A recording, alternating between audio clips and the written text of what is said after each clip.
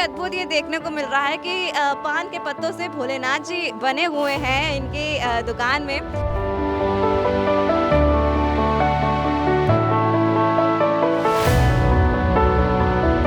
बनौने से बनता है।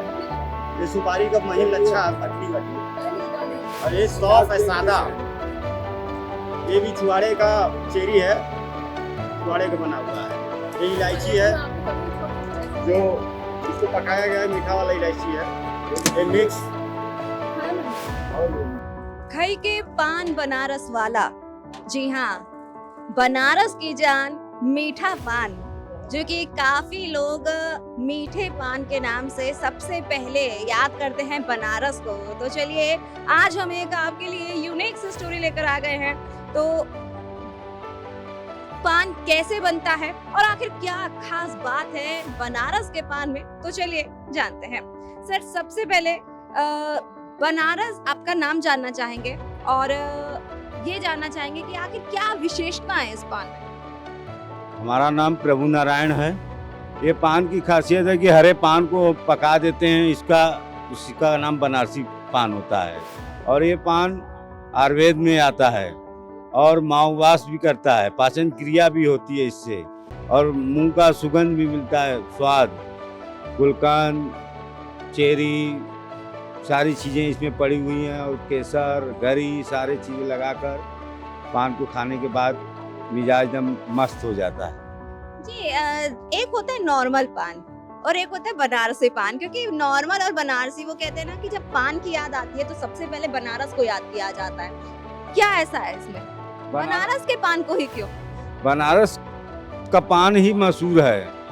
बनारस की क्वालिटी, बनारस के पत्ते, बनारस के लगाने की तरीका, बनारस के खिलाने वालों की तरीका होता है, इसीलिए प्रेम बढ़ता है। और ये बाबा भोलेनाथ के प्रसाद है।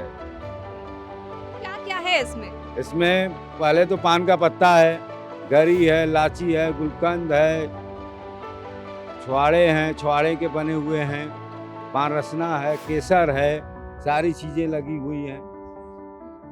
तो सर वो गाना भी सुना है अमिताभ बच्चन का, खाई के पान बनारस वाला। खुल जाए बंद अकल का ताला, फिर तो ऐसा करे धमाल, फिर सीधी हो जाऊं। हाँ, तो सर आपने अभी बताया था कि आयुर्वेद के नजर से ये जो है काफी सेहत के लिए काफी अच्छा है। काफी अच्छा। ये भोजन करने के बाद माओवास का भी काम करता है और पाचन क्रिया भी करता है। मुंह डोलता है तो पाचन क्रिया भी होती है। जैसे किसी को एसिडिटी हो जाती है और पाचन क्रिया मजबूत नहीं होता, कब्ज की समस्या रहती है, उस हिसाब से पान खाने के बाद जब आपका पेट का पाचन क्रिया बढ़िया होगा तो सारी सिस्टम बढ़िया होगी। इसीलिए पान खाना खाने के बाद, नाश्ता करने के बाद ही खाया जाता है।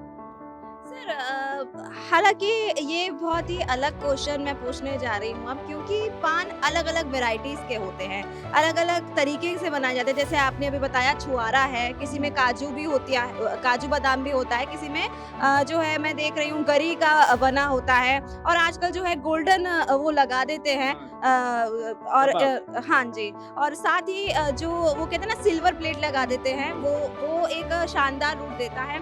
तम्बाकू या जर्दे वाला जो पान होता है उसमें और इसमें क्या फर्क है, क्योंकि वो भी अक्सर लोग खाते हैं।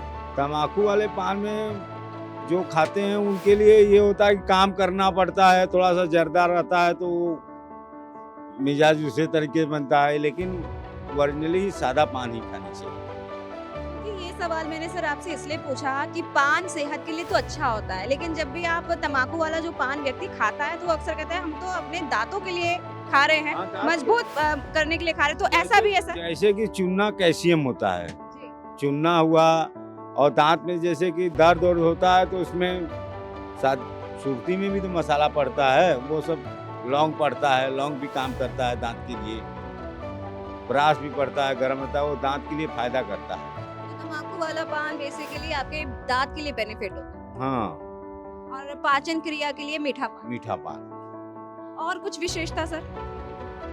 और विशेषता यही है कि खांसी में पान भी काम करता है, और मन जैसे कि बुखार आया है, पूरा मुंह फीका है, उसमें भी काम करता है। तो आयुर्वेद के नजर से काफी बेनिफिट है। बेनिफिट है एकदम। तो ये आप आपने देखा कि आप देख सकते हैं, एक बार फिर से मैं दिखाना चाहूँगी ये अलग-अलग तरीके, मैं हाथ तो नहीं लगा सकती लेकिन हाँ, अलग-अलग तरीके से ये पान की वैराइटीज़ हैं। किसी में काजू डला हुआ है, किसी में ये जो है मीठे पान डले हुए हैं।